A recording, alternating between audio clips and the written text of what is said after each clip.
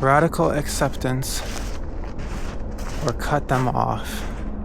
It depends on the type of relationship. There's lots of factors where this depends on. So to get to the bottom of what you should do, you need to start by defining, is this a friendship? Is this a family member? Or is this a romantic relationship? So first you got to categorize it. I'm going to start with friendship.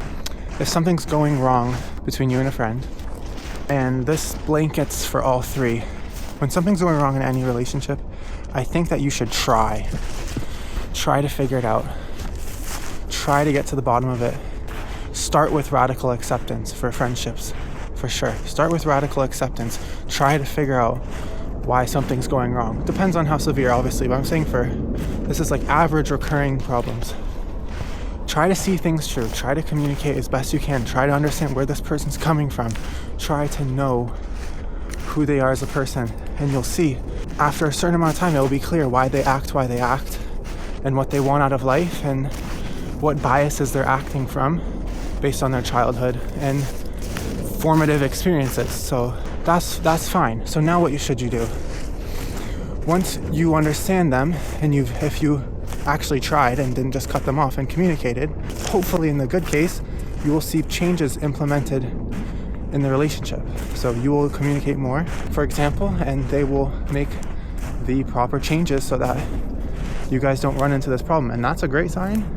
And hopefully the friendship has changed for the better and things can move on. But here's the thing. If they don't make any changes and you communicated this, what's your tolerance? So at this point, you have another crossroads. You either tone back the friendship, you start leaving out more vulnerable parts of your personality when it comes to this person so that they are not affected, and you enjoy the parts that you can, or you cut them off. That's your other crossroads if they do not decide to make the applicable changes when you communicated and you tried. And when I say try, you really tried. You went a little bit past where you thought you would. You go a little bit more, because that's a quality that you need in life, is you need to actually try with things that matter to you. You have to try hard and see things through, so then you can get good things, valuable things out of life when you try hard. So put in effort, not stress yourself out, not kill yourself, but put in effort. This is the secondary crossroads. If they're not going to do these changes, you pull back 25-30%, or you cut them off. I would say start with pull back, maybe if it's a friend, and then if they just don't care and they know that you understand each other but they still don't care, it's very clear that, and you're getting stressed out, it's clear that you cut this person off. I'm sorry, but I'm just saying, if it gets there, it gets there, right?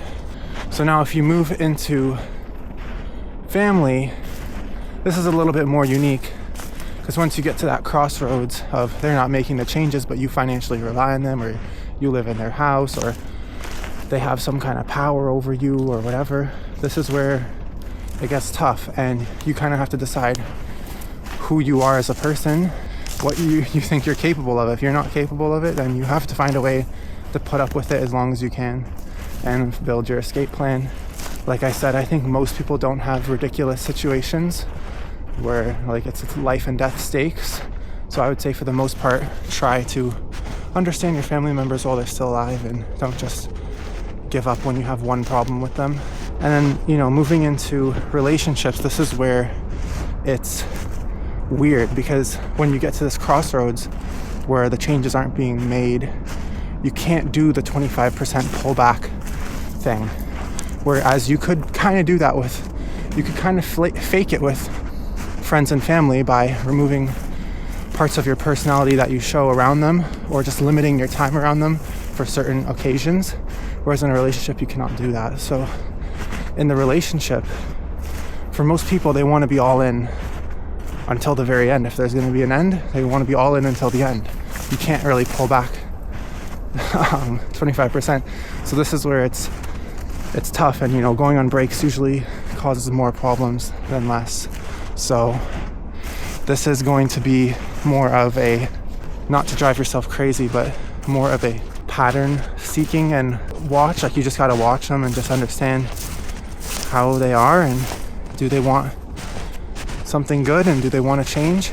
And you got to just go with your gut. So I think with relationships, it's more go with your gut. I mean, I'm talking to the person that doesn't have like a life and death crazy blatant situation, more like these little issues or recurring medium issues that just bother them a lot. So that's like the spreadsheet, I guess, or the flow chart of what you should do is always try first. And then if changes aren't made, you pull back or you cut off. But in the case of a relationship, it's usually all or nothing. It's hard to do that pull back part. So, and on the other end of all that is, it just works out and the changes are made and you guys communicate and you can be friends and you can be nice to each other and be happy. So at the end of the day, it's not that hard. It's just you have the guts to be open about what bothers you. Here's one tangent. Here's a negative tangent. So here's the thing where you could turn yourself into an evil person. If you have radical acceptance and they do this recurring thing that bothers you and you still radically accept indefinitely, now it's going to get to a point where you're getting abused or you are using them for whatever juice they have left. And you're sticking around and they just keep doing it and you just keep accepting it because you think it's okay because you understand it's not okay because you're the person that has to live in your body that gets hurt and abused or annoyed or stressed.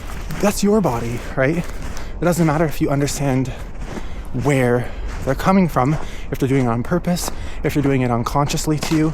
If you accept that, you're the one that's going to have to live with the consequences. It doesn't matter if it's pious. It doesn't matter if it's caring or a testament to your nurturing ability. It doesn't matter anymore because you're living in a disabled body that's getting destroyed. You're getting destroyed by stress. So that's a big caveat to the radical acceptance that you really need to avoid, is radical acceptance only goes so far. The other end, the double-edged sword of that is that once you become aware of that and you stay, what are you staying for? Like if you could leave the friendship, family member, or romantic partner and you don't, and you know this, and you stay, and you radically accept, and they keep doing it, and you know nothing's gonna change, and you still stay, now you're using them. I'm pretty sure at a certain point, you end up using them. And that's not something you should do. You should not train your personality to say, I hate this person, I don't like this person, I understand where they're coming from, but I don't like them, it's a love-hate, and I still stay, and I still stay because, they have a little bit of juice left. Maybe they drive you around, maybe they have connections that you want to get to, or they give you some sort of short-term comfort. There's some parts of their personality that are minorly redeemable. Either it's like company or physical intimacy or financial protection. You have to be very careful with that, and you need to put a strict time limit on it, because if you let that type of dynamic run for years and years and years, you're going to get completely accustomed to I hate you, but I use you. I hate you, but I still use you. And that's weird. It just gets weird if you just accept everything and you never stand up and you still stay around. You're becoming like them. You're literally becoming like them, the person that you don't like. So if you don't cut off and you stay in radical acceptance with no change, you will become evil. You will become evil in a different way than this other person in this relationship dynamic. Watch out. It's going to make you weird. It's not authentic. You never thought like that when you were a child. It's completely not authentic. Also, you could be tempted to fall into the trap of using them as a benchmark for your righteousness. I'm so much better than them. I'm not bad because they're worse. Nah, that's so weird. You always stay around worse people so you feel better. That's a weird trap of you're never going to improve in life if that's how you measure success for yourself. It's just a weird inversion trap where you are becoming as indifferent as they are, and not the motive. It should be some sort of mutual understanding, some sort of mutual exchange, some sort of care. Obviously, there's going to be some relationships where people pull more weight, and I get that. If someone got in an accident and they're hurt, it's not always going to be perfectly balanced. There are going to be times where you're going to give more than you get, and there's going to be some times where you just naturally get more than you give. But you got to be very aware. Try to be aware of all this and make your decisions. Make it. If they're supposed to say, trust your gut, do the radical acceptance and hope for change. If they're not supposed to say, see it through. If it doesn't work, trust your gut, cut them off, and do it quick, because you don't want to risk being used, and then you don't want that to invert, and now you're getting used while using them. It's weird. You don't want to do that. You don't want to end up on that path. So, and this can happen more in the romantic domain, but if you can stay aware of all of that, then you should be good. Trust your gut a lot, but always try. Your gut will always, your body will always tell you to give up earlier than you should. It always will. Your body will always tell you to give up. So always push a little bit past your body. But if it's persistent, your gut's persistent, if other things line up that are unrelated, you'll know. I think you'll know. That's how you know if you should cut off or radical acceptance. A little bit of both, a little bit of accurate balance, and never cut off without radical acceptance. Bye.